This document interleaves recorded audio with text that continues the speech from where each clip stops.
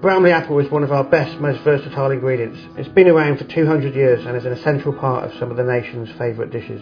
Meanwhile, I'm going to show you some of my favourite Bramley apple dishes. Okay, I'm going to make a Bramley apple and cider pudding, which is a little bit of a take on something I remember from my childhood. It's a take on a bread pudding, a classic bread pudding, which is normally stale bread soaked in water overnight. It's got a bit of dried fruit in it, a little bit of spice and some eggs, and baked in the oven. What I'm going to add to this is some cider and some Bramley apple just sautéed, and layer it into the dish and then bake it as normal.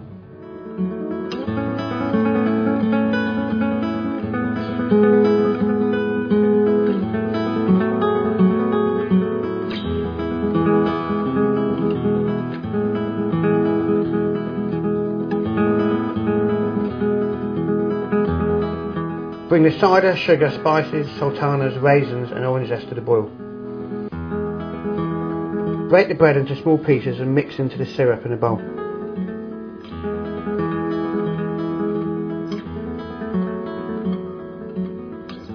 Cover with cling film and leave overnight to infuse.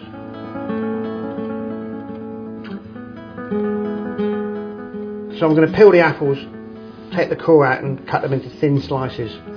I've got some butter melted in the pan, and now I'm just going to fry the slices of apple until they're just starting to lightly colour. So I'm going to beat up 4 eggs in a bowl and then fold them into the bread mixture.